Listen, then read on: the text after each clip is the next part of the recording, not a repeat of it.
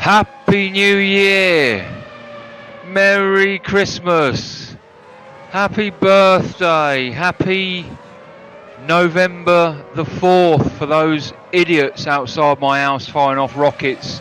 Happy November to you all and happy Saturday because it's round 11 of the Formula Raceroom X17 League. How you doing, Draco? I am absolutely ecstatic. We are now down the home stretch for the series with this race and Suzuka to round it out, and things have really been exciting. Yeah, absolutely. I'd say the past 5 races out of this 12 race league has really closed the gap, and we'll talk about scores later on, particularly not just those who are fighting out for the top 3 positions at the minute, of which I'll tell you now there'll be some surprises tonight, but also the team racing as well. Let's get some groundwork out the way first. Where are we? Round 11. We're at Slovakia Ring. We'll talk about the track in a minute, Draco. I'm interested to hear what it is that you feel about this track. It's not an F1 track. It's not a Formula track. But we'll talk about that later on. So what can I tell you about this track? Well, it's the Slovakia Ring. So guess what? We're in Lithuania. No, of course not. We're in Slovakia, near Bratislava, actually, about 30 miles away from the Hungarian border. Full circuit, this one, as you would expect for the Formula 1. 2.3 miles, 5.9k, 14 corners. This is a very interesting track. 7 left and 7 right. 6 course variations in real life, but actually 12 if you add in there the fact they can go anti-clockwise. Unusually, it's got 4 parabolicas. 4 bolicas. What's a parabolica, Draco, you know? Same amount of turn on the way in as at the way out. See, if TK was here, he'd say same in, same out, which is what you would expect from a Yorkshireman. And a little bit of additional info there by Draco. But actually, the bottom line is, it is a corner equal radius, and there's 4 of those, and we'll talk about those as we go around.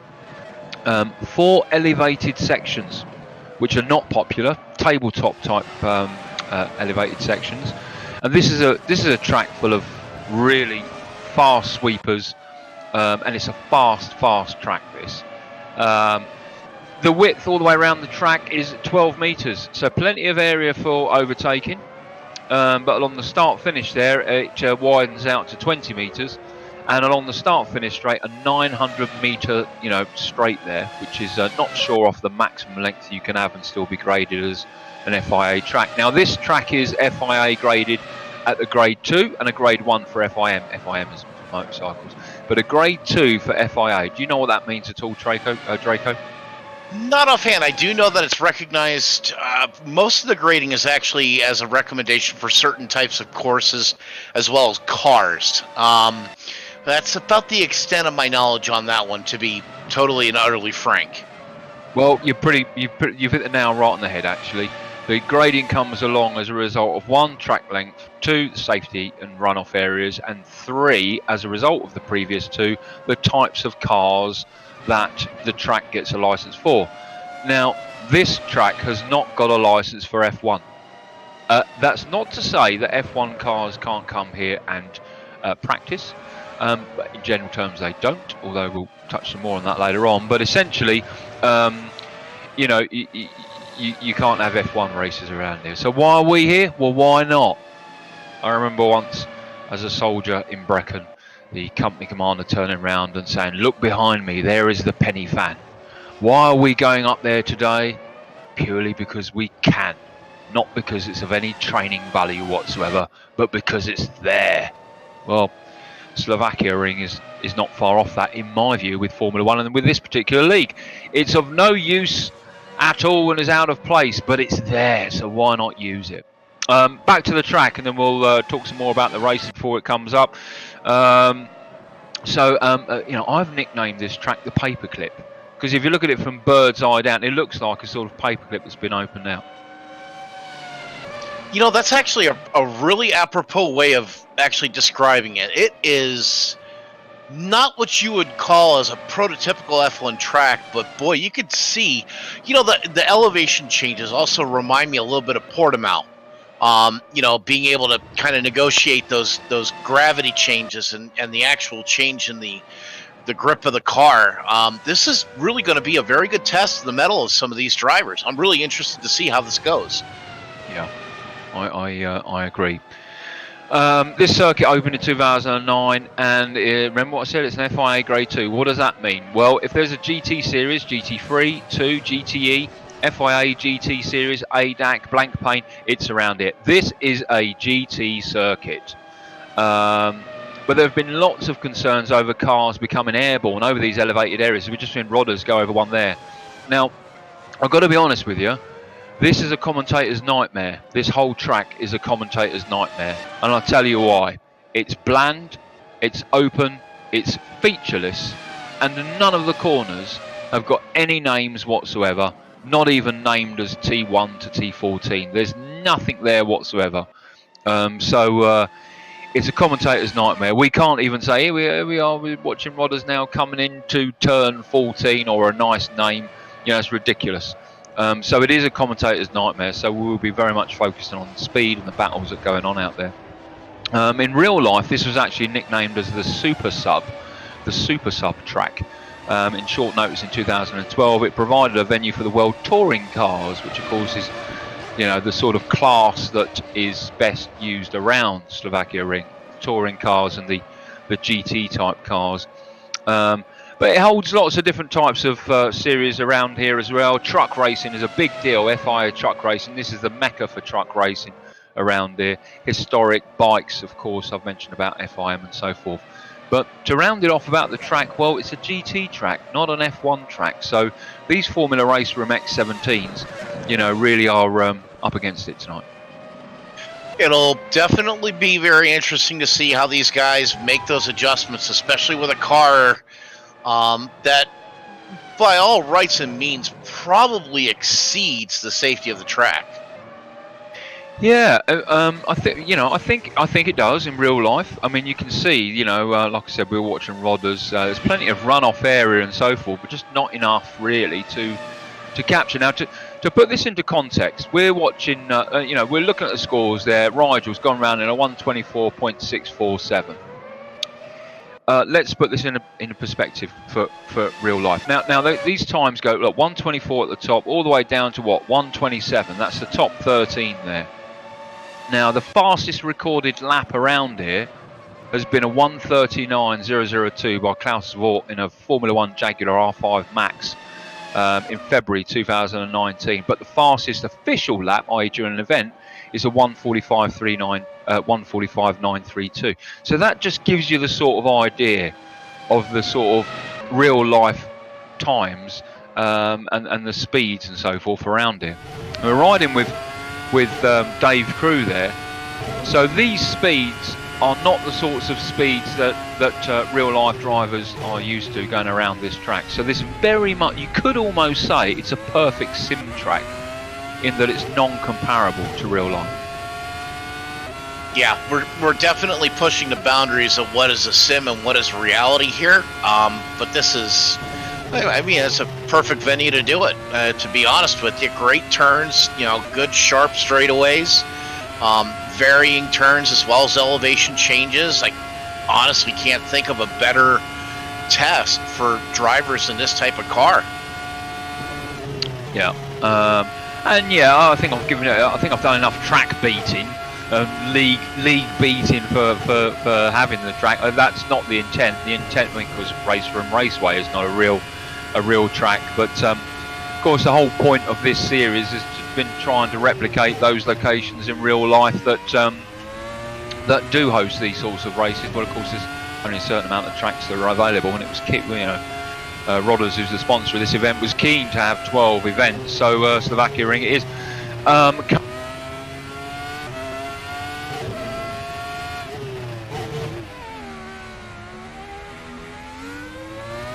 Lost you, Tiger. Oh, sorry. I was just saying, we've got 13 racers out there, and clearly, racers can drop 3 races. either by volunteering and just not turning up, or using the 3 of the lowest scores. So yeah, it'd be quite interesting.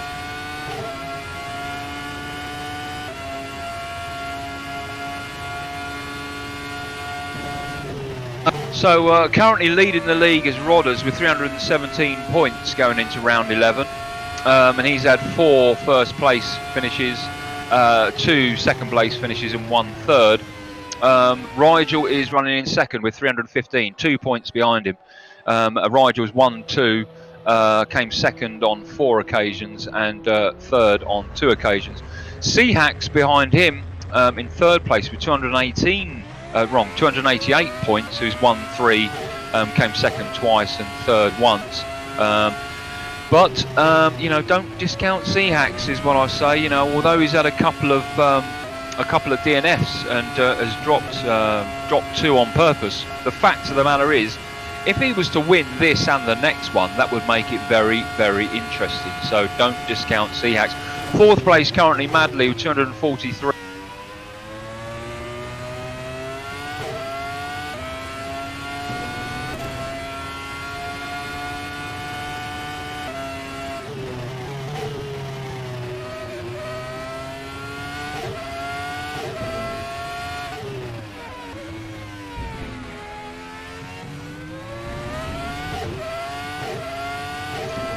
Tiger, we lost you again there, bud. I'm sorry. How's that bloody keyboard? There you go. Where did we get up to? FX. So we hit. You broke off after announcing 4th place. Who it was? Okay, give me a minute.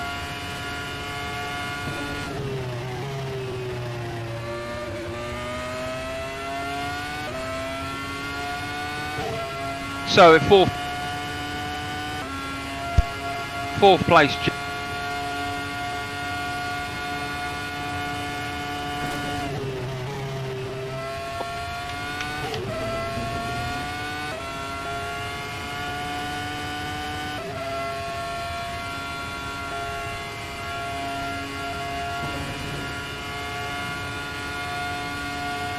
Let's try that. I think that works a bit better. I think it's time for me to get a new keyboard.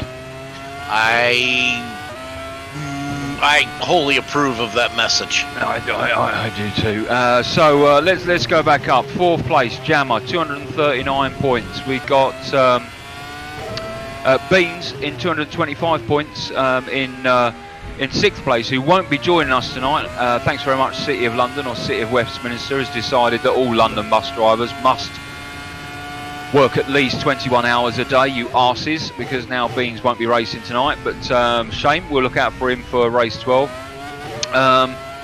Then we've got FX in 206 points in 7th place. Thomas Pinto with 196. Pinpoint, the governor with the Dogs of War, in 9th place. And then Al Gartner rounded off the top 10 with 188 points in 10th place. Did you get all that? Did that key work? That did work. It looks like we're rounding out the qualifying results right now, while Tiger goes ahead and gets a real quick drink of the brew there. We got Rigel in 1st, Seahacks in 2nd, Rodders in 3rd, Madley in 4th, Dave Crew in 5th, and Pinpoint in 6th. Great top 6 there. H-Tune pulls out 7th, Al Gartner in 8th, FX in 9th, Charger the old man in 10th, Fergie in 11th, and that's your top 11. Awesome. 5 minutes worth of warm up then. I don't know, Tiger. I think I'm leaning towards a Rigel victory, but if anyone else can pull this off, I'm watching Seahacks. Well, this is going to be interesting. We got. I mean, let's be honest. We've got what, a 90-minute race. This is a track which has got fast corners. Let's ride with somebody. Hang on. Let's find someone. So we're with Seahacks now, coming up to the first tabletop there. You see these corners are flat out. Look how flat it is there. Now, that's scrubbing tyres. It's on mediums. This is a medium tyre track, but don't discount someone who might well run with hards out there. Unlikely, I think, but I'm willing to bet this will be a double medium sort of strategy. I don't think soft tyres, this is a sort of soft tyre track. Soft tyres are best used really for tracks where there are slower corners and you need the sort of acceleration out of them. This is a medium tyre track wherever you go, I think, and I think probably a 2-stopper at the most. I think, bearing in mind we know that these medium tyres can stretch out. You know, it's possible someone might well do a hard and a medium stop out there. Again, I think that's unlikely. But so the pit stop strategy is going to be very interesting. We need to remind ourselves, of course, that damage is on. You know, you come off and hit the Armco, that's it. It's pretty much game over with. And it's a very fast track. You know, there's not many first and second gears around here. You know, it's you're flat out. Come on, whoever that is. That was Rodders or whatever, just practicing the starts now. Yeah, I think the other interesting idea too is that, you know, your first turn, whereas with Spa Francorchamps, with Monza and a couple of the other tracks that we've had, this turn 1 is not a man-eater. This one is gentle compared to some of the other tracks that we've been having. So, you know, I think if anything, the real delimiter here is going to be the elevation changes after turn 1, you know, with maintaining track control. So the start should be rather smooth. Now, mind you, with the commentator's curse kind of thought in my head as I say this, you know, that may be subject to change. However, though, with most of the other tracks that we've seen, that turn 1 is usually kind of the thinning of the herd, so to speak, that I don't think we're going to get this week. I think that's. I think you're right. I think that's a sage point. I don't think there's going to be you know, there is no choke point on turn 1. You know, it's 12 metre wide. Well, it's 20 metres wide at the end of turn 1. At the end of the start-finish straight into turn 1, so there's plenty of room there. So there should be no cause for any sort of bunching. There's no choke point. The track narrows out from turn 1, extending out north to the first sort of tabletop, and that first corner there is an 85-degree corner, but it's so wide. So I'm willing to bet there won't be, you know, any dramas on that. I think once you start getting into turn, you know, 10 or 11, where the turns get a little tighter as you're in the interior of the course, that's where you start seeing a little bit of the bunching. But I think these guys are really going to find a rhythm by that time. I don't think it's going to be that big of an issue. This is going to be literally who can navigate through these lanes with their hair on fire going Mach 2 and breaking the sound barriers they're passing by, who can keep the best control overall. I think that's exactly what we're going to see here. This is definitely a racer's race.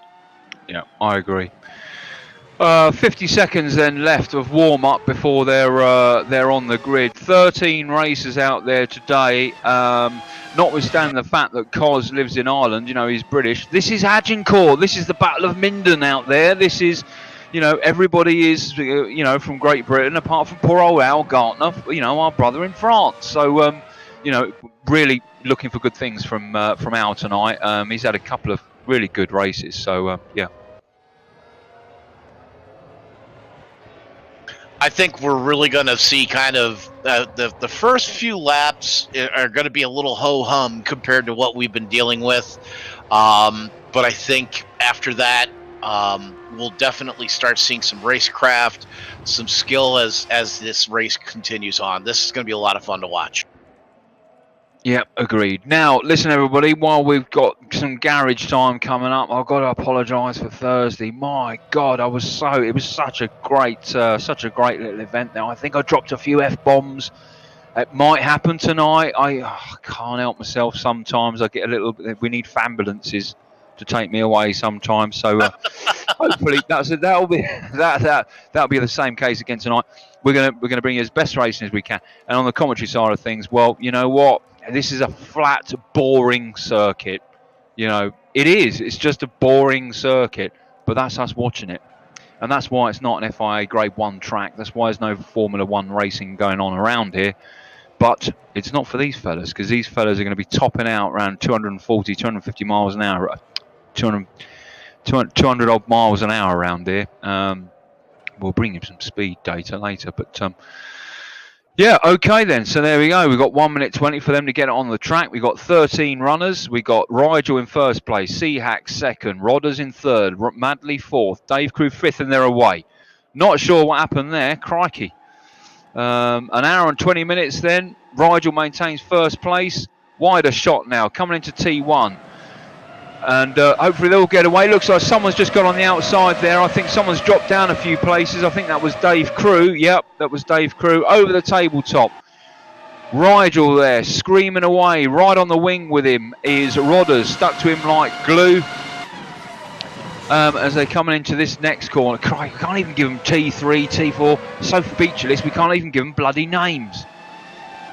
This turn and that turn. There we go. Turn and that turn. Yeah, I'm willing to bet by the end of this stream we've given these certain corners some names. I think that's our duty to do that. Couldn't disagree less.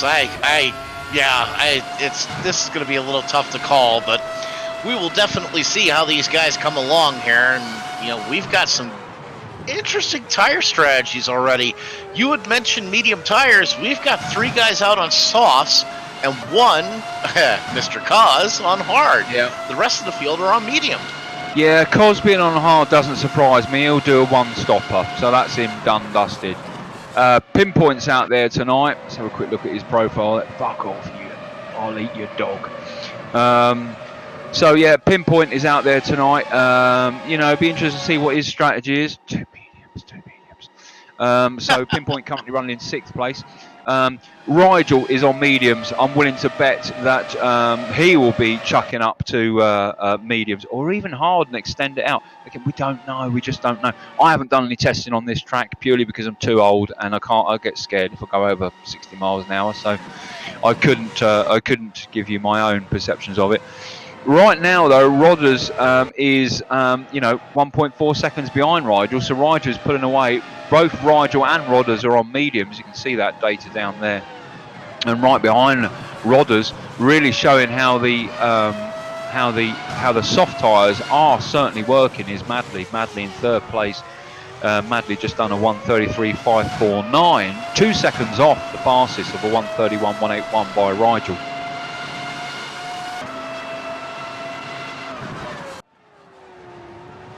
This, I think, is going to be one of those races that is going to get exciting, as we get towards the medium with all the tire changes, the pit strategies here. You can tell not a whole lot of, hurly-burly in the corners here. There's not a whole lot of, driving off. The initial start, we had a couple people go off to the side.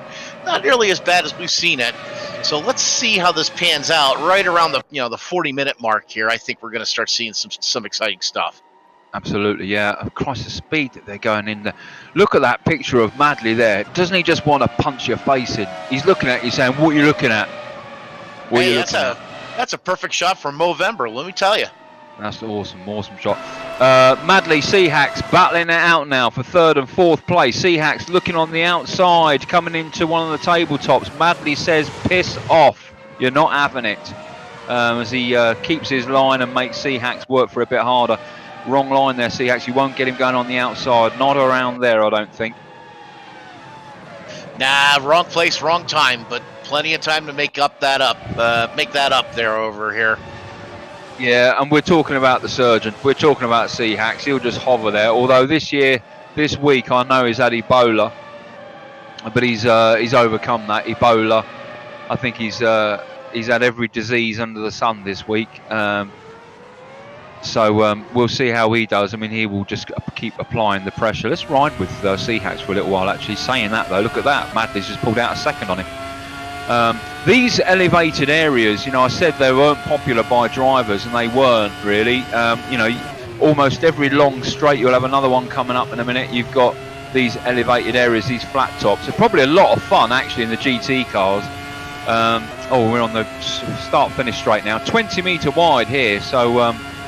you've got plenty of space, and then there's sort of a slow choke down to 12 metres, but as we saw, it wasn't an issue on the first lap there. That's a hell of a last lap from him, Tiger. Sorry, I didn't mean to jump in. The lap before this, he actually recorded a 132. This lap is a 127. Those tires are really starting to take that track now. Yeah, that's a very good point. Yeah, I just noticed that. Yeah, these guys are topping out at 200 miles an hour.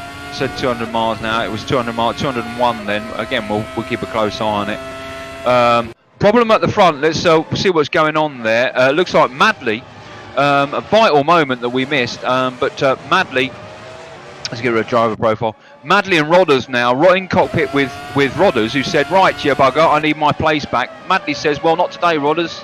Not today, you won't, because we're just about to come into a right-hander and I'm on the inside, on the outside. But so something happened there because Rigel has now pulled away 4 seconds. So 2 things we've learned from this. One, we took our eye off the ball, but secondly, we haven't embarrassed Rodders because clearly he made a mistake there somewhere. That's all right. He'll definitely thank us for that later. Madley then, so now Madley is playing the chasing game to Rigel. Was 4.1 seconds, now down to 3.69 seconds, 6.3, 6.7, so about 3.7 seconds. But you know, Madley is on soft tyres, so he's got to come in sooner than Rigel and sooner than Rodders, no matter what that sort of track, what sort of distance that is, or what lap that is. Fact is, those tyres are just going to drop off.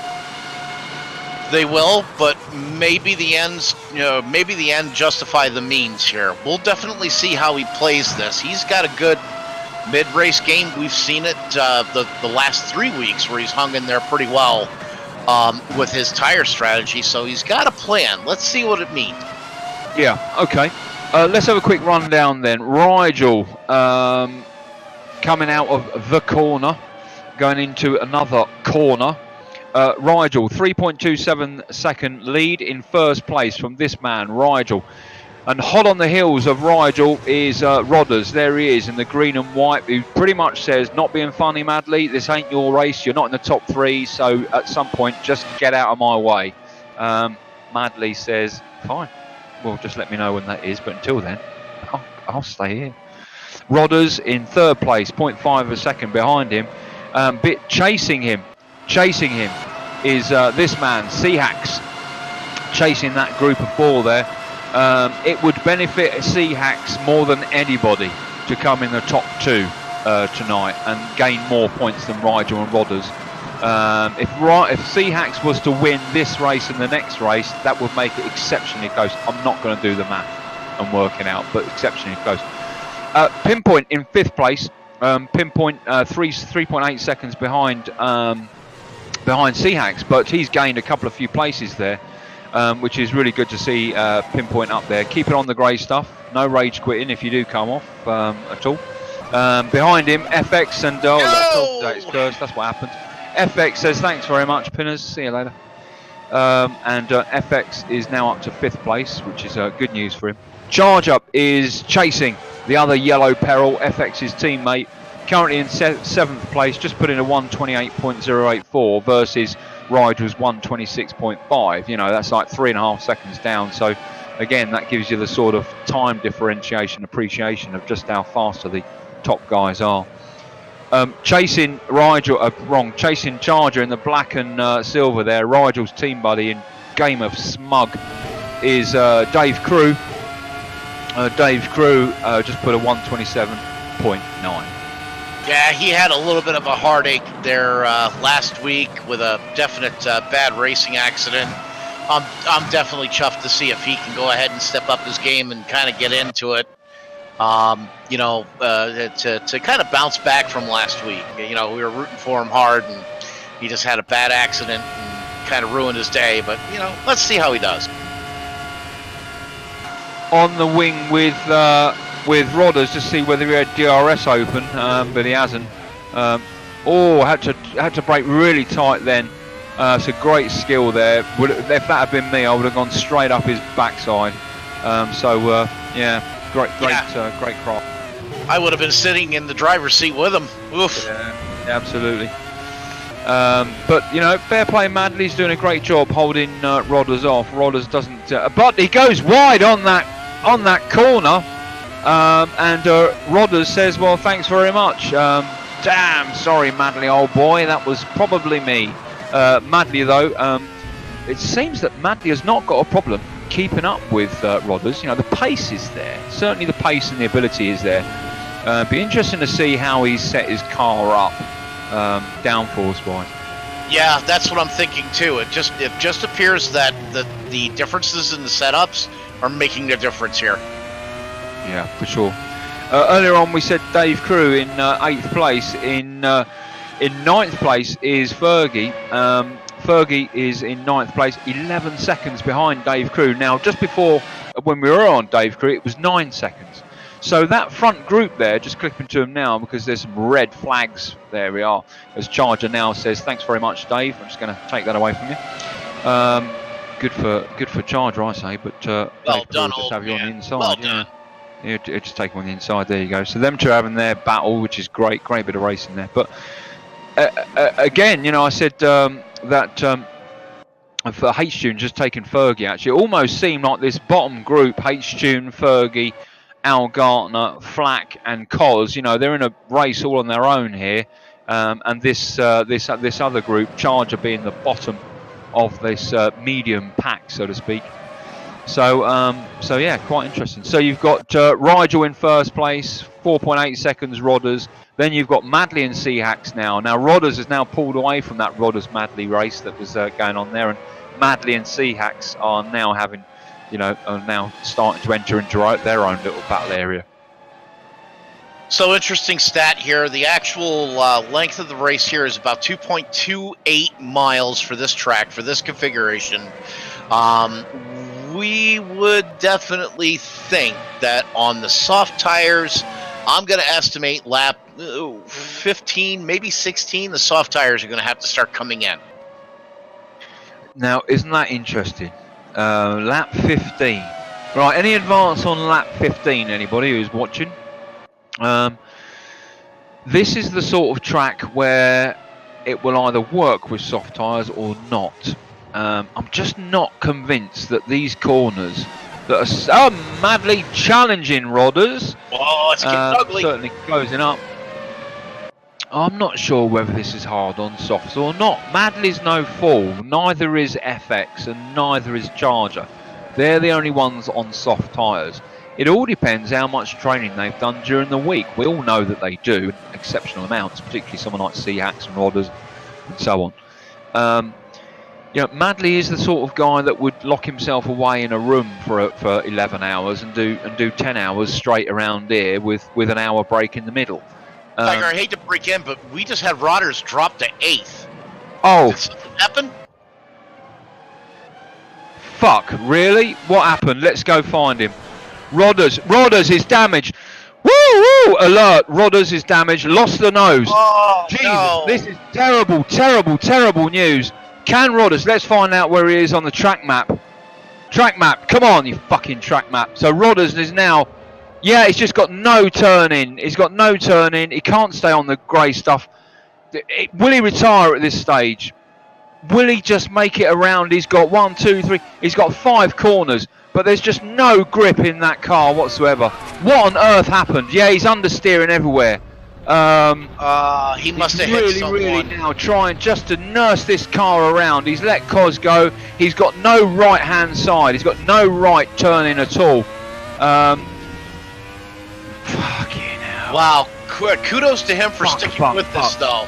He's actually almost there, Tiger. Okay, what? Let's all calm down. Let's all calm down because Rodders. Come on, look at the understeer on the car. Fair point to Rodders. Now Rodders will use this as an opportunity. Pit early, get the car repaired, maybe change to hards, and see whether he can go the full whacker on hards. Rodders needs to climb back the time that he's lost from this accident and from whatever happened there that we missed. Fuck. That hard tire strategy would definitely work well. That's what I'd do now. I'd say sod it, hard tyres, one stop, fill up with fuel, and I'd go balls out of the way. He's got the pace. We know he's one of the fastest, if not the fastest out there.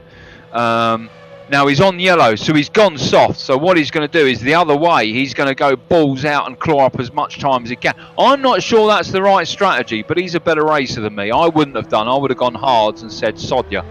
Let's see how we do. But you know what? You know, that's a gutsy move. We'll keep an eye on you, Rodders. You've repaired the car. You've put the nose back on. Good luck to you. Sorry we missed it. Shit. Go for it. Rigel out there in first place. 8 seconds on Madley. Now, Madley, no damage on Madley's car. Madley and Rodders were tackling there, so clearly it was something to do with, if at all, any hit was Madley and Rodders. But that's not to say that, of course, it wasn't driver error. These things do happen. Yeah, it'll break your heart one moment, and you're standing on top of the world the next. You know, you never know. And you know, this is going to be interesting to see how Rodders bounces back from this. Seahacks now 1 second behind Madley. So you got Rigel in first, Madley second, Seahacks in third, and then everyone is so well spaced out apart from these two guys, Pinpoint, and on Pinpoint's wing there, the yellow peril of the old man, the guy with the bag, the osteoporosis, the 19 grandkids. He is not, by the way, ladies and gents, 50 years old. Look, someone is, oh, that's Pinpoint. I'm talking Charger. Someone has edited my files and given him 19 years back. It just doesn't work like that. In cockpit with Charger, very clearly reining in Pinpoint. Charger with DRS, as we can see there, and going out to a wider shot, coming into turn one. Charger stuck to him like Dolly Parton to what's his name, Kenny Rogers in the mid-80s. They were doing it, weren't they? Were they having it off, do you think? Oh, and then some. Islands in the Stream, definitely. Nobody could sing like that and stare at each other and not have it off. I think they were having it off. I'm sorry, no one could stare at her and avoid staring at something of hers. Let's be honest. Do you think she was the first one with boobs that weren't hers? From what I understand, they were totally hers from day one. That's impossible, mate. That's absolutely impossible. Nobody could have breasts thicker than their own waist. We're getting the conversation dirty, sorry. Seahacks challenging Madley in second place. Rigel out in first place, commanding lead, 10 second there on medium tyres, which says something because Madley is still on softs and being hunted down by Seahacks. On the wing with Seahacks, looking back, see whether we can see him. It's just nothing there, empty. Just coming into that corner there was FX, who's having a great race, again on soft, so he's got to pit at some point. Pinpoint and Charger, they're having their own little battle there. The yellow peril of Charger, we just saw his DRS flip open, flip open, and then flip close coming into T1. But it looks like Seahacks is challenging Madley even closer now. Just had a big red flag that cropped up there. Rodders has yet to go past Cos. Looking at Rigel, looking at Rodders now. Let's pop that track map up. So there's Rigel. There's Rodders. You can see Dave Crew in front of Rodders there, riding with Rodders. Let's get rid of that track map. I hope that track map doesn't stay up on the stream. For us, it's gone, but sometimes it stays up there. So if it does stay up there, someone let me know in the stream. Otherwise, you just might have it all over it. So Rodders is now in last place, 50 seconds behind Cos, who he needs to catch to get back onto the same lap as the rest of everyone, which is lap 13. Yeah, he was sitting at 54 seconds a lap ago. To get down to 50, he's definitely chewing into that time. Seahacks and Madley are really battling out up here. Now, can we see DRS? Yep, Seahacks has got DRS. And weaving around all over the place, trying to feint, I think. But, you know, Seahacks, with all respect, you're going to have to bring something a bit more solid than that. You're a great racer, but you're right behind someone who's also a very great racer. So, which is why this little battle is so very interesting. Saying that, though, Charger, guess what? 0.1 of a second behind Pinpoint. Again, good solid middle rudders, these two. and certainly battling. I think that was a little. I think that was a possibility of trying to make Pinpoint not come off the racing line onto a braking line, but certainly make him brake a bit deeper into that corner. Yeah, it looks like he's taking a defensive line there, so that's interesting to see. Sorry. No, not at all. No, not at all. Okay, so let's have a recap of the situation as it is at the minute with, you know, just over an hour left to run. Rigel in first place, commanding lead in front of Madley, who's 12 seconds behind, who's having his own battle. As we look back to third place, Seahacks just done a 126.909 with Rigel a 126.408. Interestingly, Madley's last lap was a 127.131. So you could say that Madley's perhaps holding up Seahack. I don't think that's the case, but it may well be. These cars are set up how these guys want them. Seahacks may have longer legs, but right now, you know, Seahacks is comfortable,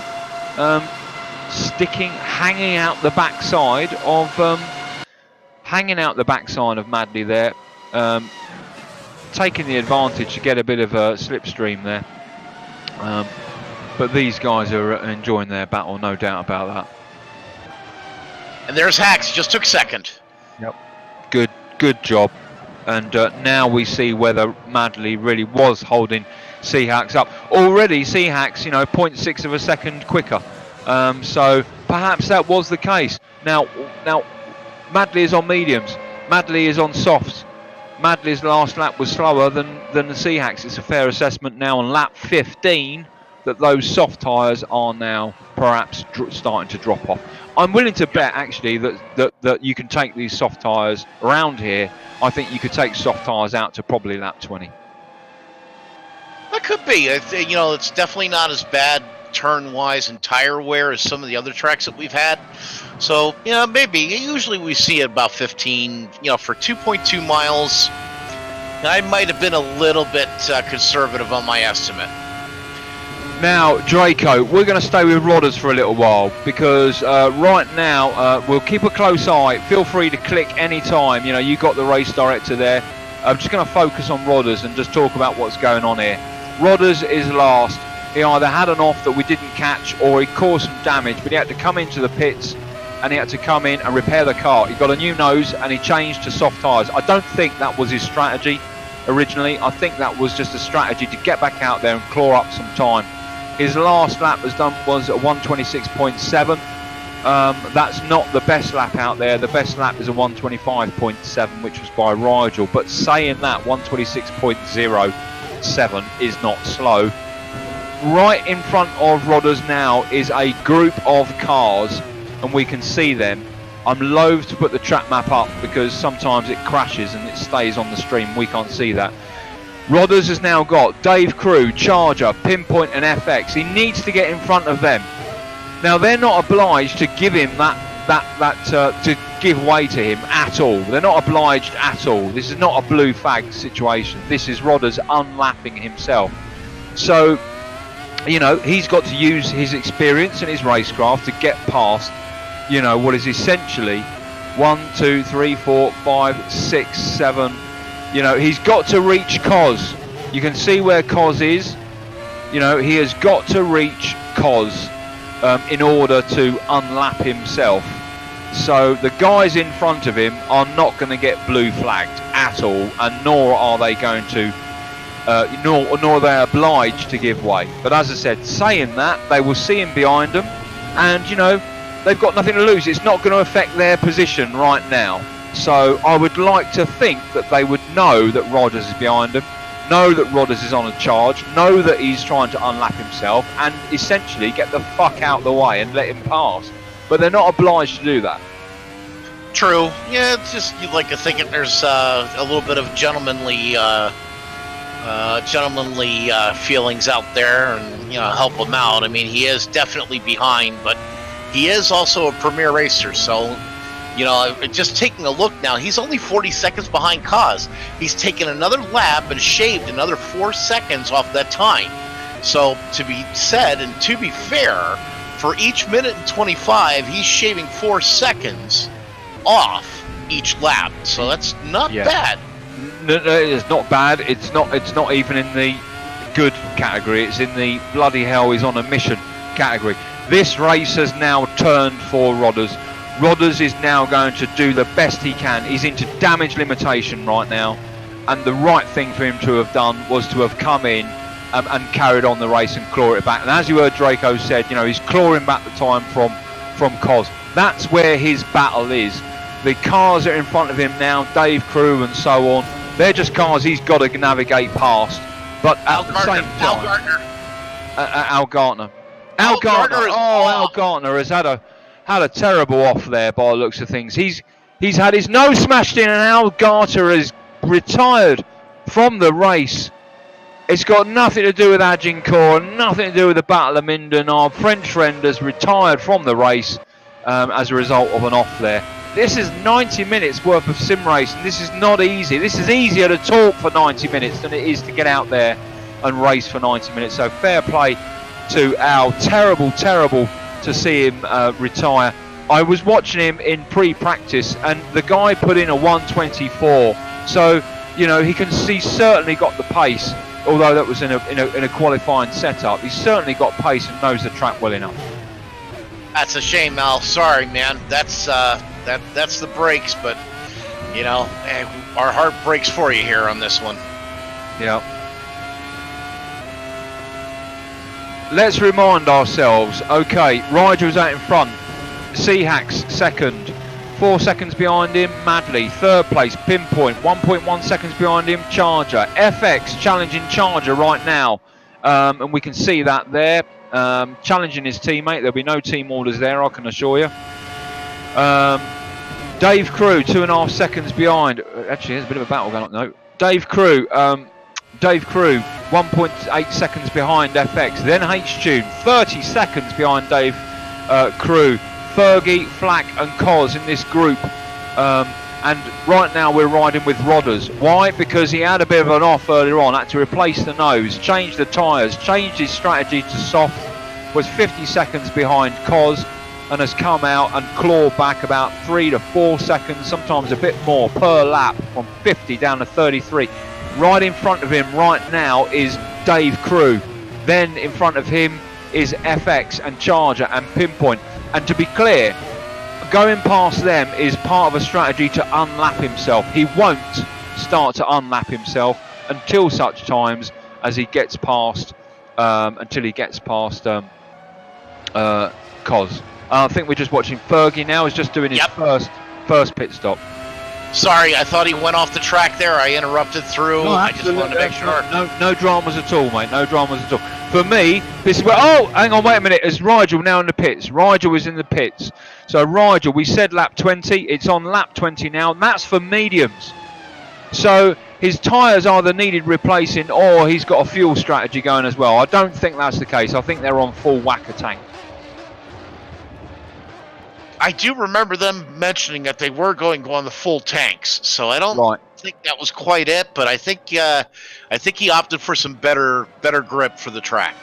Well, this has really changed things around now. So Rigel has now rejoined in third place. We've now got a whole group that have gone in. Charger, FX, Charger, FX, Madley just leaving there. And Dave Crew also just leaving. All pitting around about lap 20 with soft tyres apart from Dave Crew. Rodders, meanwhile, is on those soft tyres, has done 9 laps on them and is chasing. Currently now on lap 19 and he's chasing Fergie. Fergie is the person he needs to get past. He's 15 seconds in front of him. Where's my track map? There it is. And you can see there Rodders coming into the first or the third of the Parabolicas with Pinpoint in front of him. Pinpoint is currently in second place. Great news for Pinpoint. Not pitted yet, and 10 seconds behind Seahacks, who's currently running in first, whose last lap was a 1:26.2. So, I mean, he's still on it, isn't he? Yep, in comes Seahacks pulling in, yep. Probably a good time for him to come in, yep. Now, what will he come out in? Meanwhile, Pinpoint takes first place. Which is great news for him, an additional point. Now, how long can Pinpoint stay out here? and exploit this opportunity to extend away, which will not help him right now, but will help him when it all fans out, when everyone has done a pit stop. And I'm willing to bet that he'll rejoin when it's all fanned out, providing he's on the grey stuff. No reason why he shouldn't be, around about fifth place. Yeah, at this stage, it's more of give a little, take a little. So, we'll see how this pans out later on. Meanwhile, Rodders has clawed back 4 seconds from Fergie. So, watching that at distance, we'll clip to him, as that gets a little bit more interesting. Charger and Dave Crew having their own little battle there. In cockpit with Dave Crew, chasing down. Oh, and on the inside, takes the position away from Charger. Dave Crew now up into 7th. But Charger not letting him have it. Stay on the inside. But, Dave Crew has just got the legs on him, I think. Yeah, he closed the door. He was able to extend through that turn exit and get where he needed to go and close the door very, very quickly. Let's not take it away from this guy, Pinpoint, currently leading in first place, although I've got to say he's in pacemaker position. He's in pacemaker position. Yep, and he's pulling in, looks like, to go ahead and pit.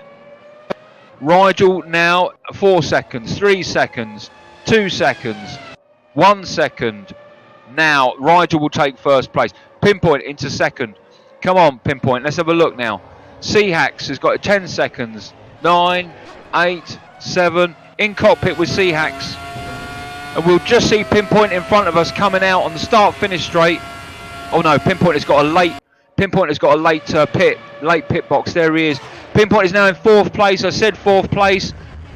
Come on, Pinpoint. Come on. You've got 3 seconds, 2 seconds, 1 second. Just going past him now. And right on the wing, there is Madley. And as we said, Pinpoint will rejoin, 4th position. Great call, Tiger. That was a great call.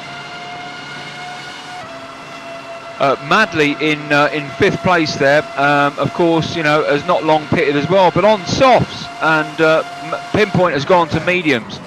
So, so what have we got here? Let's have a rehash. You tell me if I'm wrong here.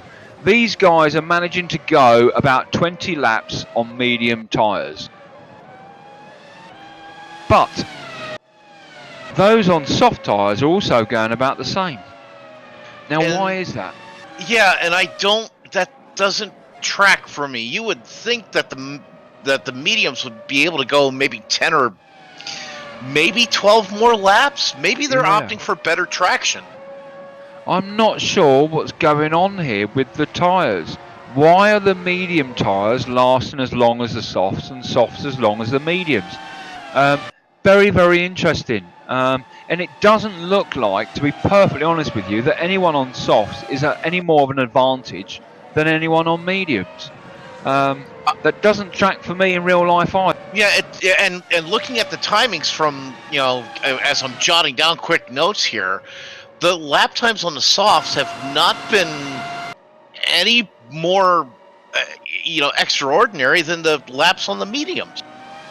Yeah, Pinpoint and Madley here, both teammates in the Dogs of War, but I can tell you right now, there's no team orders out there as, Pinpoint, still in 4th place, quite rightly making Madley work. Madley just pipped him now and taken 4th place.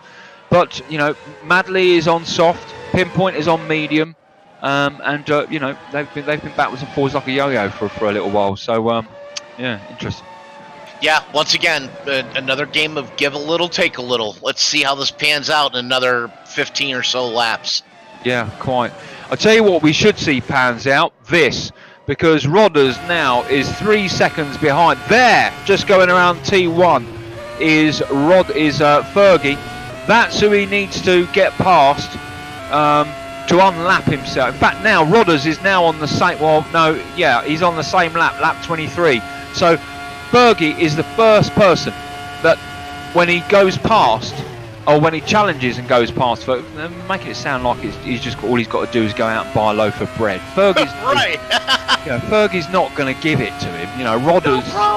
No Fergie's bloody talented in an F1 car. He spends more time in an F1 car than I do pressing the right control button on my keyboard. So, he's saying that, he goes wide there.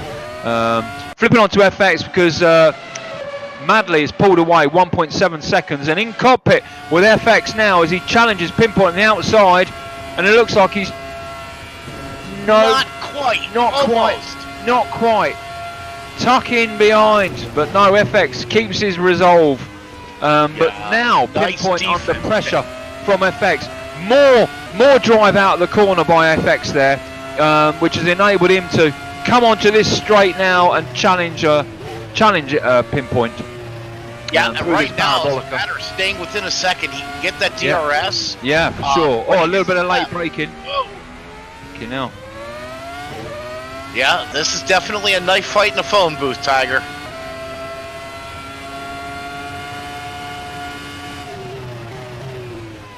Wow, some very differing lines coming in and out. It's interesting to see. Well, they can, can't they? Because of the width of the track. That's the interesting thing, notwithstanding sort of defensive driving rules and changing of line. But I mean, look at the speed that FX has taken there. You know, knowing that this corner here is you know, a wide sweeper, FX beautifully takes that corner away from Pinpoint and comes off of the racing line, hopefully looking behind him, and you can see there Pinpoint has got DRS and certainly looking at trying to claw back that position. Pinpoint now from 4th down to 6th. Yeah, Pinners has got to get the hammer down on the straightaways here to go ahead and make up that ground. Yeah, and we missed the Rodders-Fergie battle, you know, while we were looking at Pinpoint and FX there, Rodders got past Fergie and is now the same amount of time in front of Fergie as he was behind him. So Rodders, 3 seconds now in front of Fergie. Rodders is now 18 seconds behind Cos. That's the next one, Cos. Now, I can't keep getting my head around the fact that Rodders went onto soft tyres, clearly so that he could put some fast times in there. But, you know, when you look at Cos is, you know, slow, steady, he's on lap 25, hard tyres, hasn't pitted yet, and is still putting a 128. Rodders is significantly faster and more talented than Cos, and I'm just not going to accept that Rodders could not put in fast times on hard tyres around here. Rodders has just actually recorded the fastest lap right now for lap 25 at 1:26.542. Incredible. He is not just making up time, he is chewing into that lead. Yeah, he was, yeah, and in saying that, you know, I mean, let's put his let's put his driver profile up. That gives us some idea there. We're currently on lap 24. Now you can see there the best laps and the sectors. Quite interesting data. So yeah, I mean, Rodders' fastest lap was a 125.9 to a 125.7, which was Rigel. I mean, statistically, he should have been out of the race, but he is defying the actual statistics now. He is consistently climbing up. That is, man, just call him the Iron Man from now on. I mean, the heck with any other nickname you've given him. Well, he's certainly got. You know, I'm gonna have to call him the Marathon Man. I'm gonna have to call the 57th Regiment of Foot, the Middlesex Regiment. Die hard, 57th, die hard, and that's what Rodders is saying to himself right now. Not die hard, but race hard. Race hard, Iron Brew. Race hard. He seems to have hit a little bit of a plateau, though. He hasn't chewed into that time between him and Cos off this last lap. You think maybe because of the tires? I think so, and I think that like I said, a very interesting. I think he was the wrong tyre choice. I don't think he should have had softs on. I think he should have had hards on, because we're on lap 26 now. He came in on lap 8. Was it lap 8, lap 8, lap 8, lap 9, somewhere around lap that? So 9, these tyres lap 9. Yep, according to my notes. These tyres are they're shot to shit now. There's no question about that. Just saying that, the guy's putting in 126s, you know, so, you know, we do know that they just drop, and in he comes. There you go. So, Now, be what will he interesting. go on to now? I think he's going to hit hards. I think if he's planning this out right, I think he has to. If he does mediums, he's going to do another 20-lap stint. That's not going to get him to 40 minutes. If he goes to hards, he could probably finish out the entirety of the race on that one set of tires. Agreed. And he is into damage limitation and endurance now. That's what he's into. Now, what is he going to change to? We'll let everyone go past. It'll either be mediums or hards. Surely not softs again. He's gone to mediums. Mediums. Gone to mediums. There we go. Rodders is now 12th place. He has now got to do that battle again. Whereas I can't help but think, had he been on hards, he wouldn't have to do the hards. He wouldn't have to do that battle again. But that all depends on whether he likes hards and whether he can get the sort of grip that he needs at the speeds that he's doing. Yeah, and he's also, battling now, getting those new tires up to temperature, up to speed, and ready to go. So he's giving a little now, so he can take later. But let's just see if this strategy is going to pan out.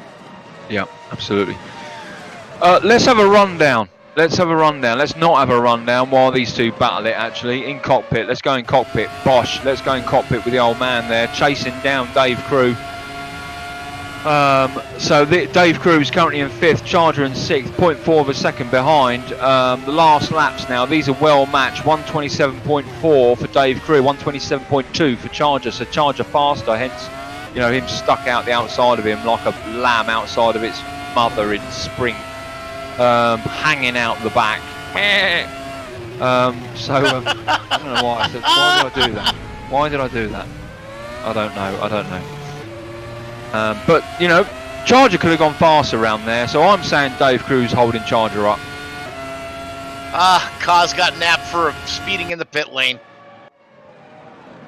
Charger then on the outside of Dave Crew, and I'm not going to say Dave Crew gave that to him. He didn't, and he will challenge him again coming in here. But I just felt like Charger was being held up by Dave Crew there. I can't help but think that too. But now it seems that Charger's chasing FX like he owes him money.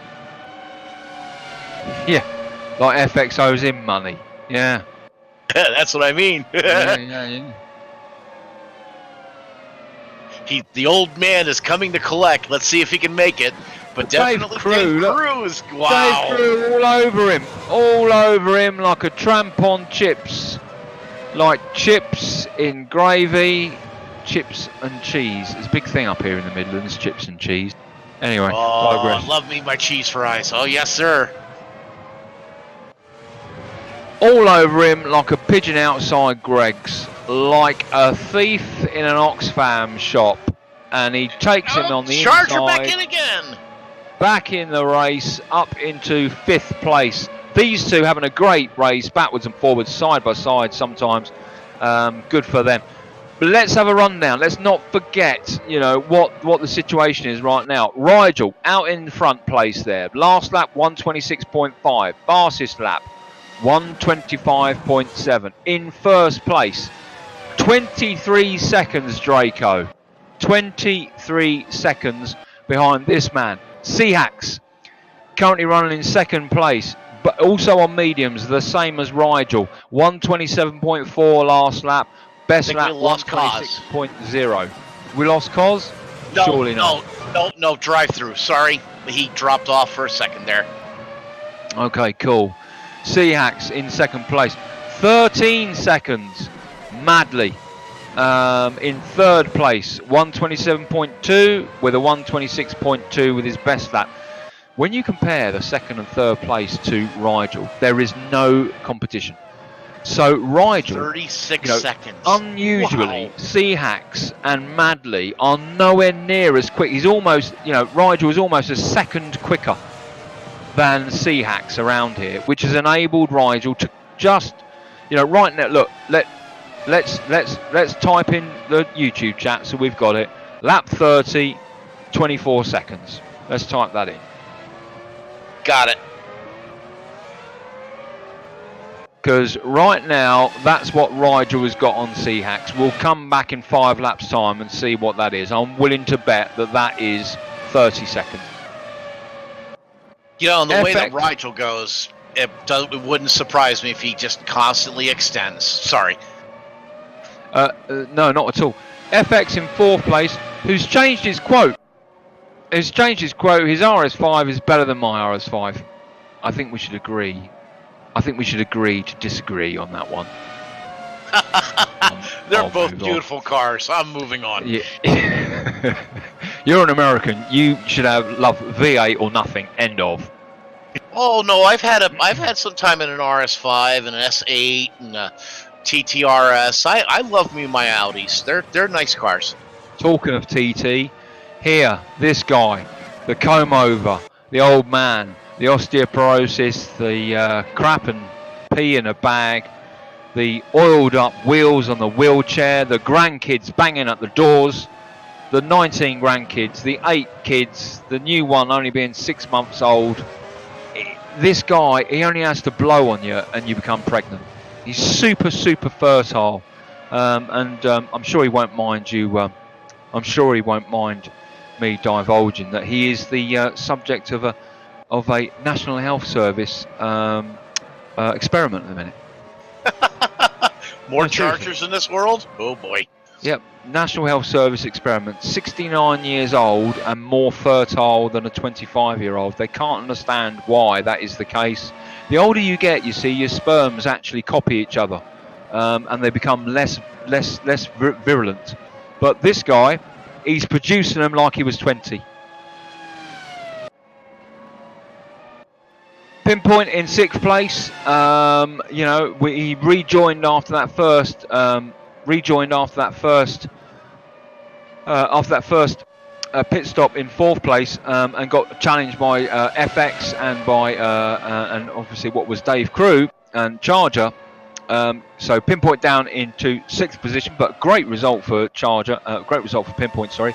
And undoubtedly we see much more of Pinpoint as the race goes on. With 33 minutes left to go, be interesting to see whether there'll be any more pit stops. What do you think, Draco? I think we can probably expect one more. I'm thinking that they're going to want to finish out. We're still 33 minutes left in the race here, so there's still plenty of time and a lot of tire wear to come. Yep. On the wing, who's just closed up now to 0.5 of a second, Dave Crew. We saw earlier on have that little battle with Charger. So it won't be long before Dave Crew is challenging Pinpoint.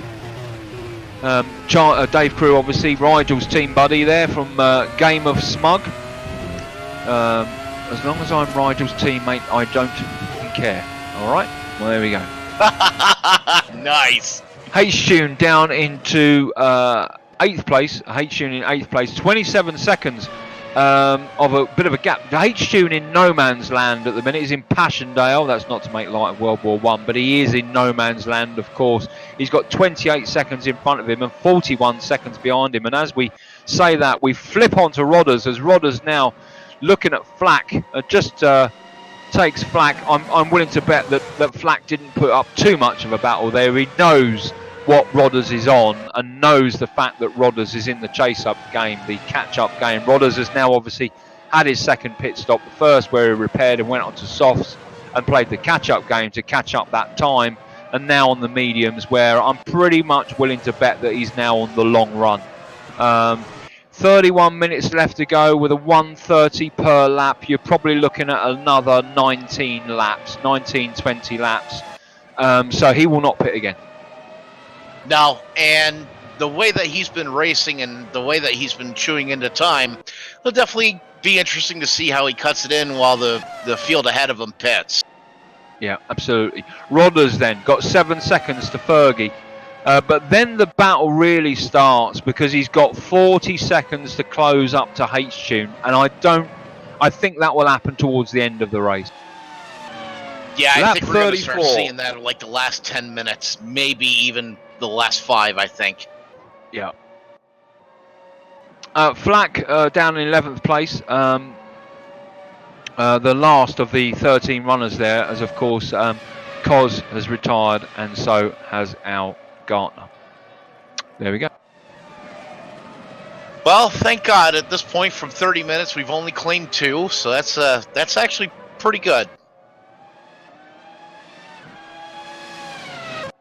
I don't know, Tiger. Rigel's making this look really easy. He's extended again. It was 24.5. He's now at 26 seconds between first and second. I mean, he's literally whistling his own tune driving. Yes, sir, he is. Sorry. Just eating a bit of the wife's breakfast bar. My God, that'll keep me going for the next hour. Nice.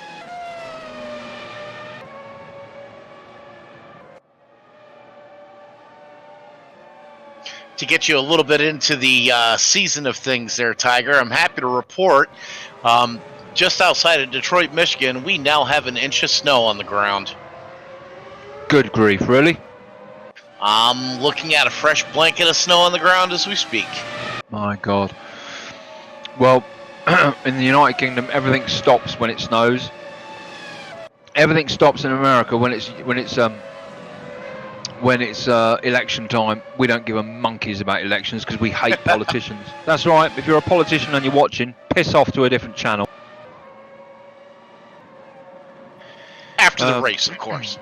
Yeah, well, after the race. Hang around till then, but whatever you do, don't put anything in chat because you're not welcome here. No politicians are. Anyway, we're non-biased. We're non-prejudiced, except politicians. Yeah, I mean they even let an American in, so I mean they're letting everyone in here. They let me, but no matter an American, they let me in. They let me in. You're one of the finer British gentlemen. Let's be honest. If there's anyone of a beer-swilling, big belly, butt-scratching idiot, that would be the American. Yeah, this guy with the two thumbs pointing at his head. Let's have a rundown. Rigel way out there in first place. It's almost boring. But let's not take it away from him. You know, 28 seconds in front of Seahacks there. Rigel's last lap, 126.3. This guy's been on it since day one, since the minute that he started. Since day one, since the minute he started, 126.3. And he's still racking the best lap of the entire race at 125.712. Yeah. Holy cow! No one's even close. No one's even close at all. Very much, you know, Chief Track Master. I nicknamed him purely because he's just so good around any bloody track. Rodders all the way down in 10th place, now starting to look at the backside of Fergie. Where is it? Where is the backside of Fergie? Fergie, where is your backside? There it is, there it is. A little flash of Fergie's pert little backside. There it is. Rodders is chasing it, hunting it down. 3 seconds to Fergie, but then, you know, the game is over really, I think, for Rodders. Because he's got a 40-second gap to H-Tune, who's got a 30-second gap to Dave Crew. There's no way on this earth that Rodders will finish middle ground, I don't think. There's a race here though, Charger, Pinpoint, Dave Crew, for 5th, 6th and 7th respectively. Charger having done a 127.6 on soft tyres, with Pinpoint in 6th place on a 126.8. and Dave Crew on a 126.7. So guess what? Charger is a second slower than Dave Crew and Pinpoint. Pinpoint challenging Dave Crew there. Might be a second slower, but you know, he's certainly pulling away from him there. You'd have a hard time convincing me of that. Oh, that fixes off! Fucking, that's what happens when you buy an RS5 V6 bi-turbo. Oh, someone else! Who was that? That was Dave Crew, I think. It was. Yes, it was. Unbelievable. What a shame. In cockpit, really trying to get it round now as he caused that much damage. What? Oh, that is terrible news for FX. What a great race he was having as well. He'll be absolutely mortified. I don't know whether he's in channel, whether you can drag him down. Let's find out what happened there. But bloody hell, FX! What a terrible. And if you haven't seen Thursday night stream, go watch it. It's quite a laugh. And FX, well, the third race, actually won that. So you know, did great time. That was Charger. I think that was Charger. Charger had a bit of an off there. Pinpoint has exploited that and taken over from Charger, which is great news for Pinners. He's back up to 4th place, where he was, where he rejoined the race when he came out from the pit stop. Well, we got FX in here now, and unfortunately, he's reporting a general maintenance error, aka the game crashed. Ow! Oh, no, that would annoy me beyond. Listen, I'm a rally driver. I love rally drive, real life, and love rally sims. Rally Codemasters sort it out. It's shocking. You know, it shouldn't disconnect. You know, from your bloody DRM controlled rubbish of a race net. What happened, FX? FX has gone outside. He's currently smoking himself to death. Probably saying a few choice words. Terrible. Walking Terrible around news. in a circle too. What happened there into the Armco? Oh no, my game just froze. I was just taking a corner and that's it. My screen locked up. Terrible news. Rigel, lap 38. In he comes. We said 20 laps on mediums. We're going to talk to you in a minute, FX, about tyres, if you'd hang around for us for a little while. That's given Rigel, 18 sets, 17, 16, 15. We're counting down now to Seahax. Seahax will take first place, no question about that. As we see Seahax come around. Who did? Charger picked up a drive-through penalty. Okay, Seahax now crossing into first place. Rigel will be leaving now. There he is. He's got plenty of time and he's in no man's land at the minute. 12 seconds to Madley. So Rigel rejoins second place, 9 seconds to Seahax, but he's pitted, and he hasn't got to worry about his tyres again. Seahax, I believe, will pit again. Well, he went on the medium, so it'll be interesting to see if he can make those work. Yeah. If you think about it, they were doing 20 laps at 1.5 minutes. So, 30 minutes, I think he'll make it work. It'd be interesting to see, but the bottom line is that Seahax's tyres are going to go off before this man's, who's now fresh out and got 9 seconds to go. We know he's a second quicker than Seahax. There's 23 minutes left, with averaging around about a 1:35, with 8 seconds to close. In the next 5 laps, he will be behind Seahax. So it'll be a Seahax-Rigel battle right to the last race, right to the last lap. Yeah, it looks like Fergie just picked up a drive-through penalty as well. So you guys got to watch those speeds. Watch them speeds, Feathers. You can't floor it in first gear. You've got to manually make sure that you're going to be under it. It's just, it's just just one of them things, we could whinge and whine about it all day, but the bottom line is the speed limit is there for a reason. End of. FX, we've noticed that softs last about as long as mediums. What is your take on that? I'll be honest, I didn't really try tyre strategy. I spoke to Charger and trusted him.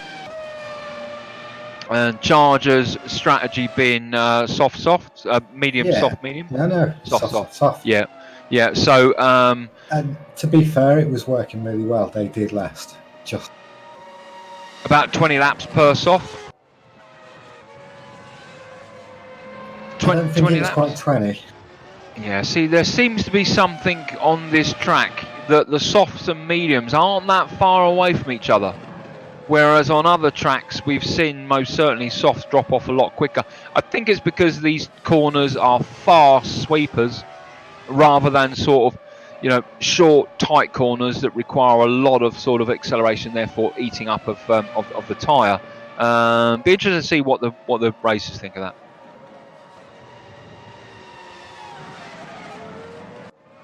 Now, Rodders has now got 20... Sorry, let's ride with Rodders.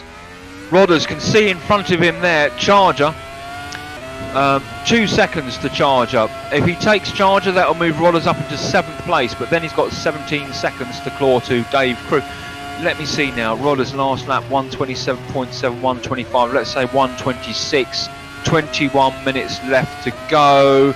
You're looking at about 11 laps. 11 laps is doing 1 second a lap. So really close. Yeah, you're looking at Rodders looking at challenging perhaps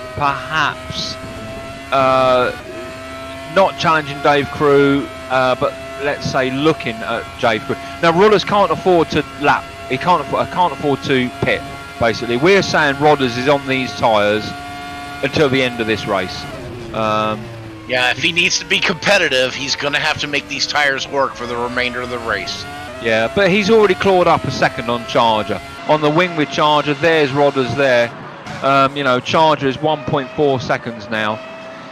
Yeah, crikey. Fair play to Rodders. I mean, he knows, doesn't he? He needs every single point that he can. He's in damage limitation, damage mitigation. That's where he is right now. So the higher up he is, the better.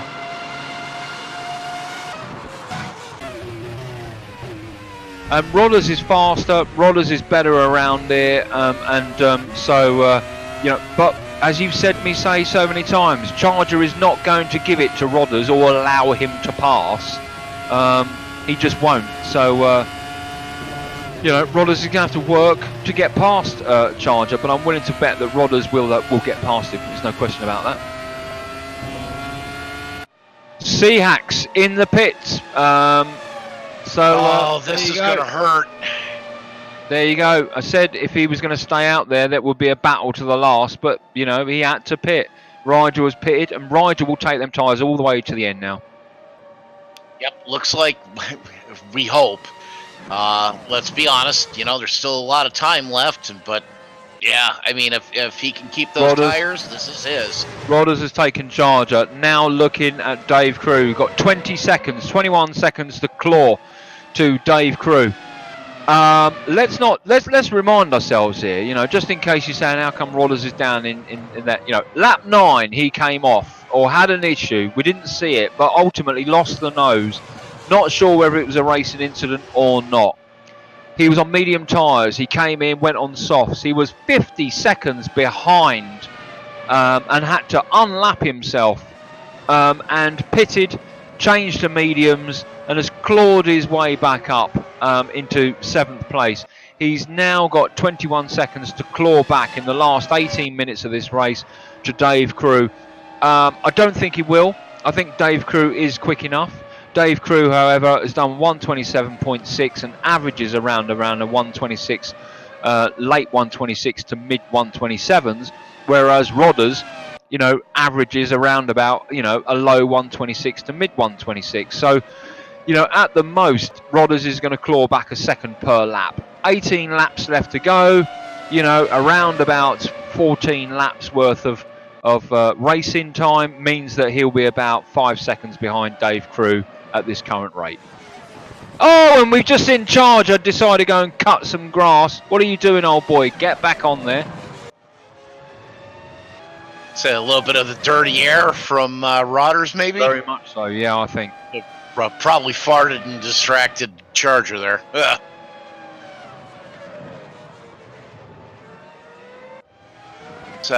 Pinners into the pits. Yeah, there he goes. Pinners into the pits. The last box. Madley now coming around the corner. 2 seconds, 1 second. Crosses the line to take 3rd place. Pinners will be leaving the box now. There he is. He's got 15 seconds worth of space, so Pinners will rejoin in 5th place. Still respectable. He's had a hell of a race today. Pinners has got H-Tune in front of him. I think Pinpoint is faster than H-Tune, and more importantly than that, I think H-Tune, you know, his tyres is older. Both H-Tune and Pinpoint are on mediums. They've got 16 minutes left of the race. Pinpoint is averaging at a 126 mid, whereas H-Tune is averaging at a 127 late. So you're looking at about, you know, just under half a second per lap. 4 seconds behind, 16 minutes, you know, Pinpoint will challenge H-Tune. Definitely. And, you know, barring any mistakes, you know, from H-Tune, you know, as long as he stays clean, he can stay competitive there. But, yeah, don't knock out the governor, man. He'll definitely he'll come up on you from nowhere. Yeah, he will challenge H-Tune. There's enough time left, and he's fast enough, and he averages faster than H-Tune, so he will claw that 4 seconds. Barring H-Tune making a mistake, I envisage that around about lap 46 will be a challenge between Pinpoint and H-Tune. Well, I'll take that action. I think it'll be about 48, but it'll still be close. For sure. So here's something interesting. So C-Hax has cut Rigel's lead from 34 seconds to 27. Are we going to see a late push from Hax? He's just not quick enough out there, I don't think. He's yeah, it just looks not like quick enough. Rigel got the. I think the course is speaking to Rigel now. I think he's really in that zone right now. Yeah. And C-Hax's tyres are, what, 3 laps younger? I don't think... but I don't think that's going to be he can catch enough. him. Yeah, I mean, I'm with you on that one, but he'll still make a pretty respectable second place, I think. But we'll see. You know, this is anyone's race. You got to make sure that you finish, and you can't really go ahead and count a winner before they cross the line. So we'll definitely see how this goes. Yeah.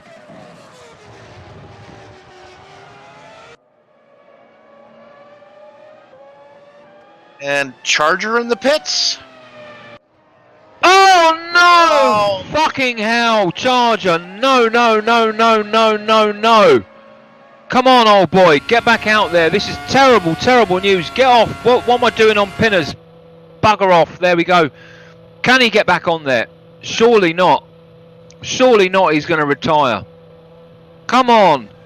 Empty the bag. Get back out there. 9th place. He's now behind Rodders and Flack.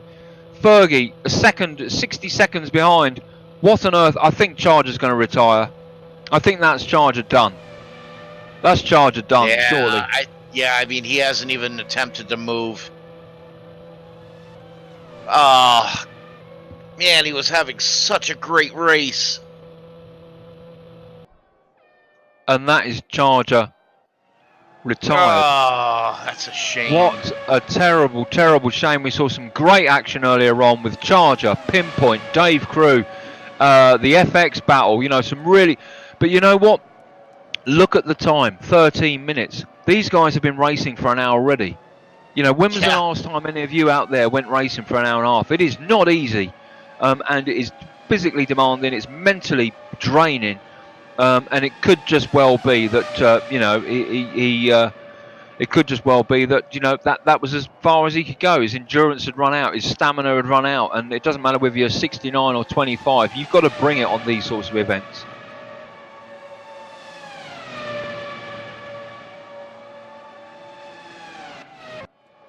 Rigel then, out in first place, lap 46, just done a 1:26.1. So, you know, this guy is still on it. C-Hax is now in second place. We know how fast C-Hax is. He's the surgeon. He's clinical. You know, he's like a razor blade. But he's 28 seconds, 27.5 seconds behind Rigel. And Rigel is pulling away still, although saying that, C-Hax's last lap was comparable with a 1:26.093 to Rigel's 1:26.188, but that's not enough. That's the whole point. C-Hax and Rigel, you know, are within half a second of each other, even at either one or either one or's fastest. There just isn't the time left for C-Hax to claw back anything, and actually, you know, this could go on for hours and that gap not change at all. Yeah, but if Hax is smart, he's coming up on Ferguson right now. He could definitely go ahead and loom into the slipstream, gain a few tenths, and kind of utilize that. It's really about the strategy of who he's going to be using between him and Rigel right now. Yeah, he's a surgeon. He's smart. He's kind of like Top Gun's X-Men. He makes you make a mistake. Let's see. He's still got some racers in between him and Rigel. Let's see if he uses that to his advantage. Oh, well, you know, it's interesting. I don't think he will. And I think everyone would just get out the way, just like Fergie down there. They won't let him, you know, stream at all. You know, they will move out the way. They will all be blue flagged. I don't, you know, I reckon you could add on an hour. You could add on another 60 minutes, and I still don't think that C-Hax will be able to claw back that time from Rigel.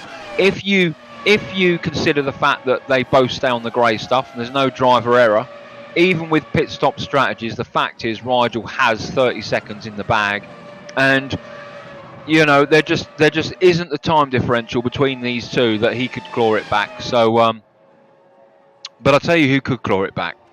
Yeah, but you bring up a good point, though. It's all about right now just maintaining the line, maintaining the car on the course, you know, and Rigel has got probably the easiest hard job in the world right now, and just keeping his race going. That's probably the best thing that we could recommend for him.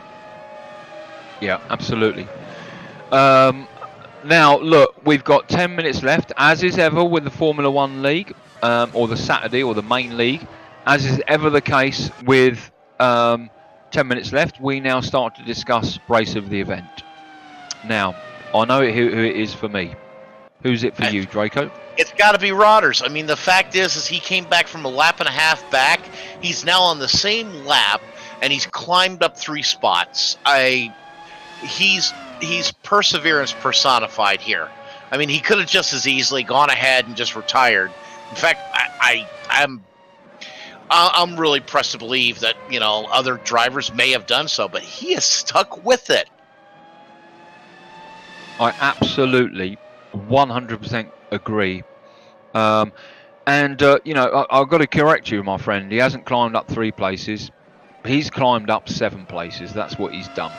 And not only 7 places, but 7 places plus 50 seconds, which is quite extraordinary.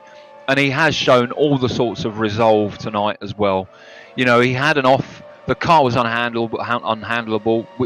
If there is such a word, and if there isn't, I don't fucking care. We were in the cockpit with him. It understeered everywhere. He tiptoed around, got in, changed his strategy to softs to get out there and create some, you know, some fast laps. And it has been an uphill battle all the way for this guy, who's really had to pull it out the bag. That said, as well, you know, he has, you know, epitomised the never give in attitude. Scots are well known for never ever giving in, but irrelevant of what country you come from and who you are, etc. The guy, sim racing wise, has not given in. I would have given in, to be honest with you, but then again, I wouldn't be leading on a, or certainly in the top 3 in a league. What he has done by keep going, and rely upon that car, his track knowledge and his tyre strategy, has climbed back so many places that the points he will get for 7th is significant in that it will still impact, and he will still be able to chew into Rigel's lead. Plus, of course, we're going to give him race through the event. Normally we wouldn't give it to him because he would be in the top 3, and no one in the top 3 gets it. But I don't even think we need to ask anybody. For me, is Rodders. Totally agree on that one. Absolutely. Hey Draco, while I go for a little boys' room for a Jimmy Riddle, do you want to have a rundown from the top? Yeah, I could do that. So right now, we are sitting here with Rigel in first, with 37 seconds between him and Hacks, and 28 seconds there between those two is Justin Madley in third, H-Tune in fourth, Pinpoint, the governor, in fifth, Dave Crew in sixth, Mr. Iron Man, I'm going to call him, in seventh, the Rodders eighth, Flack ninth as Ferguson. We're going to go ahead and go on board the cockpit here with Rigel as we go ahead and round out as we hit the 7-minute mark.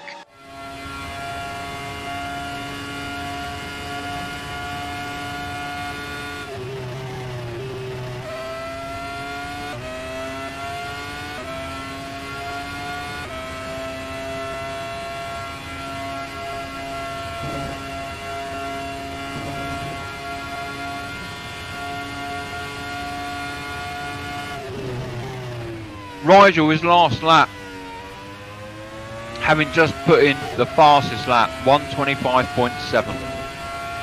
125.712, fastest lap out there. Now, 39 seconds in front of C-Hacks.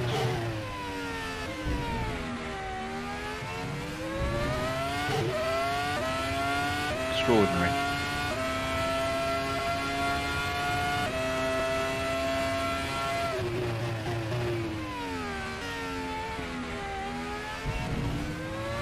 Well, 5 minutes and 42 seconds left of this round 11 at Slovakia Ring in Lithuania. Thank you, Lithuania, for hosting us tonight. Join us next week, of course, where we're in the the final of this 12-round F1 League, which has been exhausting, I can assure you, which will be at Suzuka. I'm looking forward to that one. Now, at the beginning of the stream, we said that we would talk to you about team scores. Well, these positions are going to be quite interesting because in first place is Rodders and Jammer, but Jammer hasn't raced for a while. Where have you gone, Jammer? You're letting your team down. But Buckfast Racing is out there at front with 578 points. Game of Smug, which is Rigel and Dave Crew, and they're both out there still, 531. So in theory, Game of Smug will take the lead following this race. And in third place, Seahacks and H-Tune with 474 points, so they will stay in third because in fourth place they're a good 70 points behind them. So, you know, that's the team ratings at the minute, is Rodders, Rigel and Seahacks leading. Sorry, Rodders and Jammer, Buckfast Racing, Rigel and Dave, Game of Smug, and Seahacks and H-Tune in Punterific.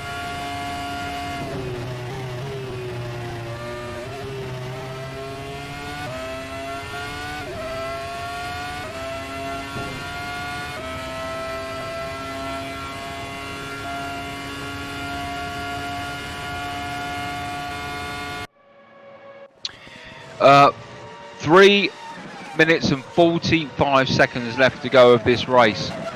Currently we've got Rigel out in front and Fergie right the way back in 9th place. 9 runners left of what was a 13 ship race. And Rigel, you know, has just stormed away with it, hasn't he? I mean, it's just been easy for him, to be honest with you. I'm not going to say it's been boring for him because he would have been working hard in there to put in those sorts of times. 125.7, you know, significantly, is significantly quick around there. Seahacks, you know, 38 seconds. You know, he's no slouch, but he just can't catch Rigel. Their time differentials just are not that separate enough. Seahacks is not gaining anything. But Seahacks is faster than Madley, and we can see that by their sort of last lap times, you know, almost a second. And that's why Madley is 28, 29 seconds behind Seahacks and will not, you know, gain up any more ground. Even if you could add another 60 minutes on there, it would make no difference whatsoever. Pinpoint, I said he would have his battle with H-Tune, and he has. There we go. In fact, that was H-Tune, that was Pinpoint just passing Flack, but Pinpoint has had his battle with H-Tune at roughly around the same sort of time that I said he would. I said 46, I think it happened just shortly after that. But Pinpoint is now back in 4th place, which is great news for Pinpoint. Some serious points there he's going to get, and I know he'll be exceptionally pleased with that.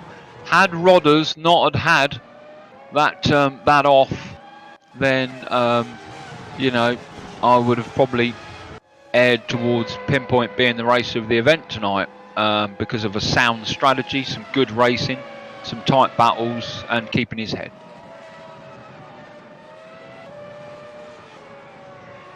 You know, and to be honest with you, Pinners has had a very, very solid performance today. He has stuck with it. He has been absolutely solid, crystal clear, no huge mistakes, and he has really turned in some very consistent and clean racing times today.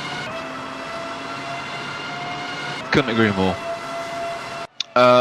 Rigel way out there in front, a minute left to go of the race. We said he wouldn't pit again, and he didn't. And had Seahacks not have pitted when he did, he would have been closer. But look at that. Rigel just going past his buddy down there, but you know, Game of Smug is going to get some great points from this. Rigel in 1st and Dave Crew in 6th. Under the last minute then, as we're watching the who will be the winner of this race, Rigel. And behind him there is Team Buddy in 6th place. Well, he's just run a masterful race, hasn't he? And he's made it look easy, Tiger. I mean, that is the thing about it all, is that it looks effortless. It looks like he's just glued to the track. And he has been like that this entire race. The epitome of the race leader right here. He's made it look very easy, and he's just kept a consistent time. I mean, there's just no other way to describe it. He has really been professional. Yeah, absolutely. Great race by him. Commanding race, you know, still pulling out, you know, a second or so on Seahacks, which is, you know, no mean feat. I mean, that's not, you know, I mean, that's not, well, you know, there is no simile. You know, Seahacks and Rigel, you know, they're right up there with the fastest in RWB. And to say you're still pulling out a second, you know, Rigel's last lap was a 126.3. You know, Seahacks is 127.1. I noticed that Rodders has not eaten into that 20-second that he had. There we go, and the first place has gone to Rigel as he crossed the line. We're riding with Seahacks now, and Seahacks will cross in 2nd place. A little wiggle of the tyres there, but you know, it's not over yet, mate. I wouldn't be doing that. Showboat. Yeah, don't showboat round here, mate, because we got a commentator's curse that we could just throw out there. You wouldn't want that. So how damaging would that be to blow a tire and not cross the line? Sure. Well done to Seahacks in 2nd place, 28 seconds behind him, Madley, who you know, was dropping away from Seahacks at the same rate that Seahacks was dropping away from Rigel, which is quite extraordinary, about half a second. So you know, again, you know, no one touching Rigel's pace. Be very interesting to see what Rigel says about that, you know. So well done to Madley, who'll be exceptionally pleased with that in 3rd place. It's great position for him, well deserved, and well deserved to this man as well, Draco. 4th place, very happy for him. Absolutely, that's a heck of a, you know, that's a heck of a showing for a very topsy-turvy race that this was, with the rest of the crew coming through, and a heck of a run. And look at that. So the race winner and the fastest lap, and the extra point goes to Mr. Rigel. Yeah, then definitely the point standings are going to reflect that. Yeah, absolutely. You can see the standings there. Couple of places to highlight. 1, H-June, 5th place. Great news for him. Really, really great news. 2, Rodders, 7th place from what was 13th plus 50 seconds. So, you know, only a lap down, but everybody is a lap down apart from the top 5. H-June is within that. So again, that's you know, fantastic continuity. He stayed on the grey stuff. You know, he kept you know, averagely good times, good pit strategy, and that enabled him to finish in 5th place. So great stuff for him. And of course, pinpointing 4th place was also bloody marvellous. So there we go. That was the conclusion of the 11th race of the 12-round FR X17 League. 1st place was Rigel, 2nd place Seahacks, and 3rd place was Madley. We've now got the guys in the commentary room, so let's find out from them. Rigel, very well done. In your words, how did the race go? Oh, thanks for that. Well, very straightforward, thankfully. I'm sorry if it didn't make it exciting viewing, but I needed it. I needed to claw back those few points on Rodders. I just had the edge today. Thank God it was a track I liked. So, well, you know what, you were, you know, right down to the lap before the last lap, you were still doing 126. You know, early 126s. You were pulling away half a second on Seahacks as Seahacks was pulling half a second away on Madley. You were, you know, having observed and looked very, very closely at sector times and also lap times and best times, you were simply untouchable. Now we'll come to Rodders in a minute and find out what happened there, because that would have been very interesting. But, you know, to say that you were untouchable out there amongst a field like Seahacks and Madley and Rodders, notwithstanding the Rodders, the accident or whatever happened with Rodders, is quite exceptional. One final question before we pass on to 2nd place. can you tell us on the tyre strategy side of things, softs and mediums, were softs lasting about as long as mediums? Not to my knowledge. I found when I did my first test on mediums, they got quite hot after 12 laps, and if that translated over to softs, that would mean they were hot in probably about 8 to 10. And that's when the performance really starts to drop off. So it was a no-brainer to me to do mediums all the way. So I know Seahacks did his last stint on softs, but he didn't quite pit me for the fastest lap. So I think that told the story. They just didn't have enough life in them. Yeah, interesting. Well, look, it was a lonely race for you out there, and just simply commanding. Whether you watch the stream back tonight or during the week or whatever, you will see that you were just pulling away all the time. It was perhaps a bit, perhaps it's a bit boring for him out there. I know that's not the case. It's a physical and mental requirement to drive for a fat amount of time in a sim. So again, and I hate to sound superfluous about it, but very well done, Rigel. It was a great result for you. Yeah, cheers. As I say, I needed it in the championship. One slip up, and I think that would be the league gone, really, or very close to it. So I really needed to perform here. Well, if it makes you feel any better, you made it look easy. I mean, we were commenting a little bit earlier that, I mean, you were flawless. You were smooth. There was literally no wobble, no change. So well done. I mean, that was just fun to watch you as you tore up the track, and you just made it look easy. Well, thanks for that. A lot of it, I think, was down to the diff settings.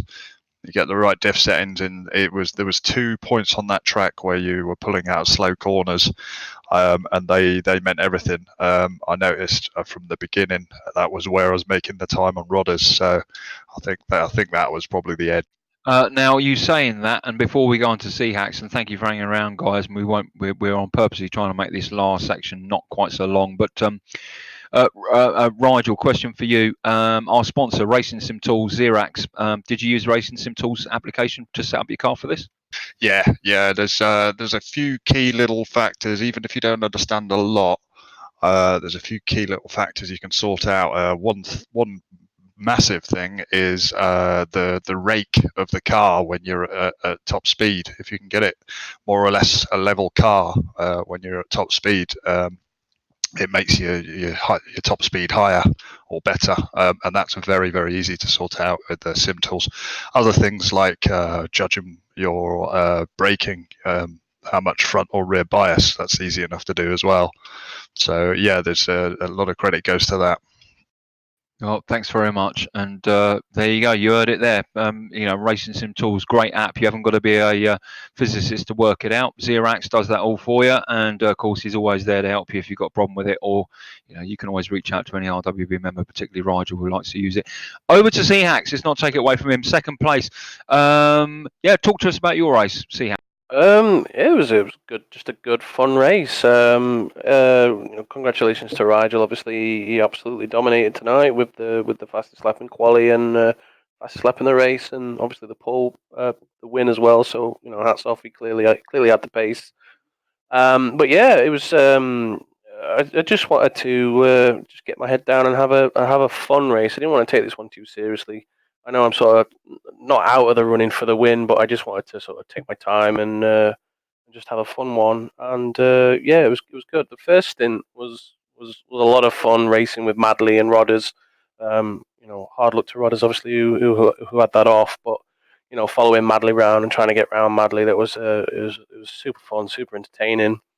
Then into the obviously I managed to get around him, and then into the second stint, I sort of just fell asleep in the second stint. I kind of lost a bit of mojo, as it were, in the second stint. Rigel was just slowly but surely pulling away. I didn't feel like I had the pace, so I just wanted to, just chill out and take my time and have fun, sitting in the rig. And then the third stint, onto softs. I thought, right, now's my chance to try and close that gap down a little bit, but it obviously wasn't happening. So I thought, well, I'll try and go for the fastest lap. And again, that didn't happen either. But it was just fun to be out there. I think the big thing for me was set up. I clearly didn't have the top end that everybody else had, so I wasn't able to get around anyone. So I'd not sort of experimented with low downforce. I'd sort of kept it high and then slowly but surely knocked it off. I didn't try anything too drastic, but I think that's where I struggled tonight. But it's great to get the second place, and thanks for having me. Well, second place is a good position for you to be in, mate, and you had a great race, and it sounds to me like you got to a position where you were comfortable in your own skin out there, comfortable with the track and the car, and just sort of settled down for the long run, it seems, and that paid off. Notwithstanding the fact that, of course, this week you caught Ebola, smallpox, measles, rubella, shingles, and a million other diseases, and yet still pulled it out for an hour and 20 minutes worth of racing. So very well done to you, Seax. You forgot mad cow disease. Mad cow. CJD's had a lot. On to third place, Madley. My big old bearded Welsh fella. Third place. Good race for you? Yeah, it's fantastic, mate. Congratulations first of all, Rigel and CX. Same as CX, really. That first stint was epic bit of racing, myself, Rodders, and CX. But after that, it was a bit slow. Although I did have FX putting a bit of pressure on, but I'm not sure what happened to him. He seemed to disappear, unfortunately. Well, we certainly caught that first part of the battle with you and Rodders, and then, as is typically the bloody case, the commentators sometimes curse themselves, and we were talking about someone else when Rodders had his problem, and we'll come on to Rodders in a minute. So we didn't see that, so we weren't quite sure whether that was as a result of a battle with you, but we just know that that's not, that was less likely to have happened. But we did see your battles throughout the race with certainly the strategy battle with Pinners and the sort of battles with FX. So, let's not take anything away. Great position, third place. That's good for you. I say good for you as in points-wise. Currently in the league, you're fourth. So, that's a good lot of points that will certainly close the gap to C-Hacks. Notwithstanding the fact, of course, he's 40 points in front of you. So that makes it very interesting in the top 5. So well done to you. Thank you, Tiger. Also, pedals are starting to pay dividends too, dude. He's got some new pedals. I say again, new pedals. Okay, so well done, Madley. Sorry, Drake, I'm just at 1,000 miles an hour here just to close the stream off. But before we do, come on, you couldn't finish off on a better example of grit, determination, commitment. Let's not be superlative about this and use hyperboles. An hour and 20 minutes out there when you're second in the league, 2 points behind, and it's all down to the last 2 races, and you have an off and you're 50 seconds plus a lap behind. You must have been spitting feathers, Rodders. Yeah, gutted. I don't think you caught it from what you've said, but I just put up wheel on the grass going into a fast bend, and I couldn't slow down, straight into the barrier head on, lost my front wing, and then had to do the good bit of a lap with no front wing, which if you've seen any of that... We stayed with you. Oh God, the first few corners... steering everywhere. You think I'm going to grip, and there's just nothing, absolutely nothing. So I'm glad I didn't cause anybody any problems, but from there I just thought I need every single point I can get if I want to even have a chance. I was 2 points ahead going into this. I can't drop any races, they're all done, so every race counts. So I just needed every point I could get. So I was actually set up really well with my strategy, because I was going to do almost half the race in my first stint. So Rigel's gap didn't worry me too much. And I was planning 2 fast stints and softs, very short stints. I went in and pitted, changed the softs, but didn't change my fuel at all. And then the second pit stop, I just adjusted my fuel, went to mediums, and just went to finish the race. So I done half the race on mediums and had 2% of my front left at the end, and had to fuel save the last lap, so I didn't run out of fuel. So it was pretty tight. Yeah, you know what? I've done some calculations and worked out that you'd be in the last 3 laps when you'd be challenging Dave Crew, and then noticed when we moved on to someone else that actually 3 laps had gone and your time differential went from 21 to 19 seconds and then back to 20 seconds again. So it was clear that you were either 1, saving fuel, or 2, saving the tyres, having pitted for the last time and put mediums on. So yeah, both. Yeah. I didn't actually know what was going to happen if the front got to 0. I've never had it happen before, so I just assumed it would burst. So yeah, I had to watch the front left as well. Fair So play. fuel saving and tyre. So And cheers. one other final question before I hand over to Draco for a quick final questions to any of the guys before we close the stream off, and that is that when you came into the pits and you repaired the, I'll be honest with you, I'm not sure that Raceroom have got that right, because you had no front suspension damage. It was only the nose. Because if it was suspension damage, you'd have been there longer, and a car doesn't understeer like that unless it's got suspension damage. But that aside, you obviously changed your tyre strategy immediately, and you very clearly went onto softs in order to, you know, utilise your experience and speed out there and gain some time as quickly as possible because of the 50 seconds that you were behind there. Did you contemplate perhaps fitting hards and doing the long run? Coming in, everything went through my head, but the thing is, that early in the race, it's still pointless going to hards with that much fuel. You'll still be slower overall. I think I did possibly the best I could, just changing to softs and then deciding just to do a one-stopper. I actually think a one-stopper would have been a winning strategy, if I'm honest, because I managed 25 laps in my first set. And if you could have made it to 28, I potentially think that could have been a winning strategy. So, yeah. I will say now, since I can, that is Rigel won the league. I can't mathematically win it now because Well, let's not peak too soon. You still need to come back next week. Oh yeah, don't worry. I'll be racing for pride. If Rigel crashes out, he's got a 40-pointer dropped race, and he'll get that. It's mathematically impossible. It's Suzuka as well. You can't miss Suzuka. Oh no, I love this. That's why I made it last. It's one of my favourites. So no, I'll be going for pride. I'm going for a clean sleep at the last track to make up for it. I'm only 18 points behind you, mate. So hey, there's nothing wrong with second place. Hold on now. Come on. Yeah. And you know, like I said, let's not be too sycophantic about this or whatever. But I think Rigel and C-Hacks and everyone out there will be the first to say that it doesn't matter where you came tonight, Rodders, because what you did do was show great resolve and a bit of grit in a sort of semi-endurance race in sim racing terms, an hour and 20 minutes, you know, from someone who was right up at the front there, you know, to right down the back and then some. You know, you didn't retire. You were in damage mitigation, damage limitation mode. You carried on. You raced hard, you know, and ended up finishing 7th. Not, you know, pride aside, that was just grit, determination, and commitment. And for that, it was a great epitomised example of not giving in my view. Cheers. No, you never should. One of the things you're given, and apart from I think it's shooting yourself in the foot, it also affects the other drivers in the track. There's less cars, so you should only give in at the absolute last resort. So, well said.